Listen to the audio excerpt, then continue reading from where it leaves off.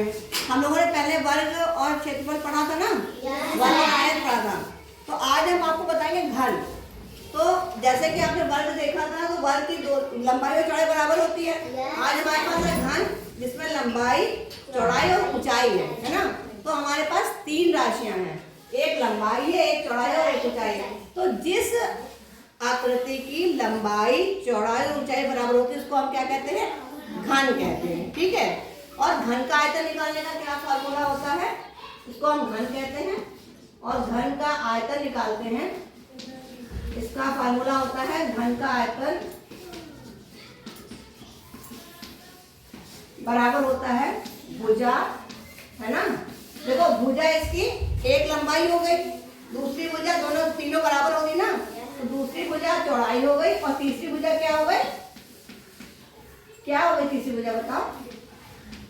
एक लंबाई हो गई, एक चौड़ाई हो गई, एक ऊंचाई हो गई और तीनों बराबर है। तो हम इसका आयतन निकालेंगे भुजा गुणे भुजा गुणे भुजा। ठीक है। तो ये हो जाएगा तुम्हारा, इसको हम जब करेंगे तो भुजा हो जाएगा और ये हो जाएगा घन सेंटीमीटर, क्योंकि 3 बार गुणा हो रहा है ना, घन सेंटीमीटर। अब इसी तरह से हमारे पास अगर एक ऐसी आकृति जिसमें देखो लंबाई ज्यादा है, चौड़ाई कम है और ऊंचाई भी कम है, ठीक है, लेकिन लंबाई बड़ी हुई है और चौड़ाई और ऊंचाई की बराबर, तो इसको हम कहते हैं घनाभ कहते हैं। क्या कहते हैं?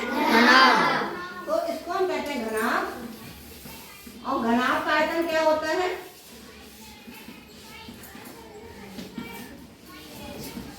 घनाभ का आयतन होता है